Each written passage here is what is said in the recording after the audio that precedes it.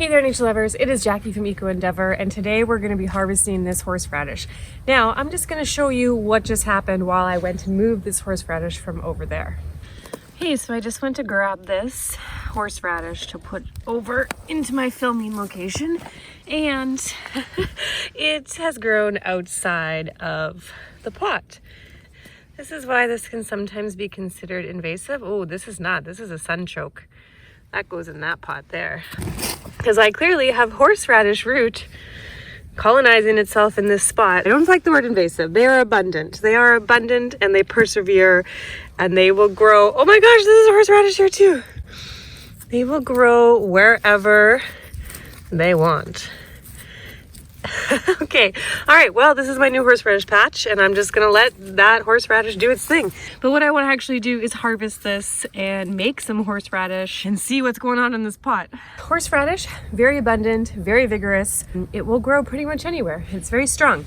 So my horseradish here, you can see the slugs have been eating it, which is quite interesting to me because the leaves are edible for like us as well, but they're quite spicy because, you know, it's horseradish. So I'm curious to see what is in this pot. You do want to harvest it after the first frost, and we had our first frost last night.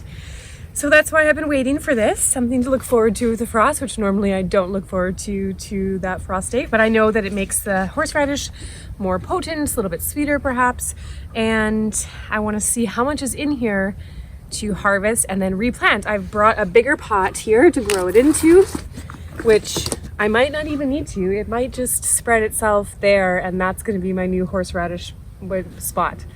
So word of caution, be very careful where you are placing your horseradish because it is vigorous, it is abundant. It just wants to provide you with tons and tons of horseradish root. So let's see what's in this guy. Let's see what we got.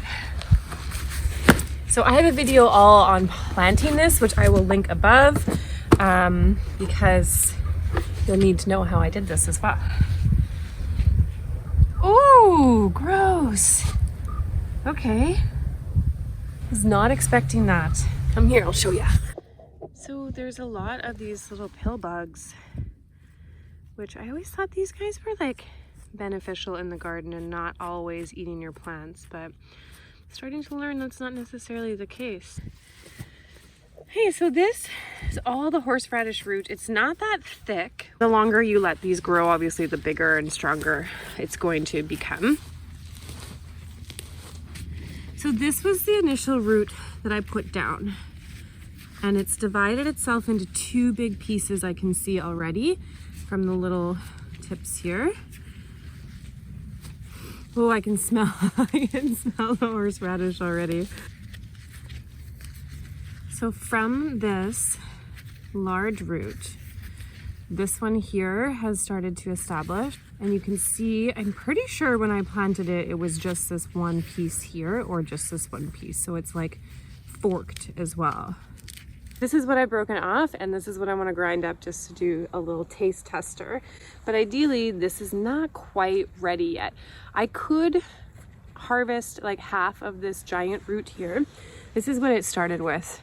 Was this bigger piece, and it has branched off onto this side here, and you can see all the little plants where it grew. I could cut it in half and make two different pots and then give it a little more space to grow, but I think actually I'm gonna just harvest as much of it as I want, and then I'm gonna let the rest of it grow for next year because I do want to expand this crop to be giving me lots of horseradish every year. So what I'm going to do is like upsize it into a new pot. I put a whole bunch of horse manure in here, which I'm going to mix in with the soil that it was just in with because I think that's going to be fine. Planting is really easy. You do just want to put it kind of on its side, let it grow up. But this is the way that it was growing last time because you can see the three little points here. And you know, I could just, it does have some rot going on in it, but also like, I mean, lots of other healthy parts too. So if I break this one, okay, that one doesn't want to be broken. I think there's enough good stuff on here that I'm just going to replant it the way it is. Again, like it's a really strong, vigorous plant. And you do want to bury this completely and it'll emerge again in the spring. All right, it's all done. You can see kind of the tiny little bits of the top here. But I do just want to keep them, and I'll throw some leaves on to mulch it for the winter too, and then that's it. I'll wait again for next spring.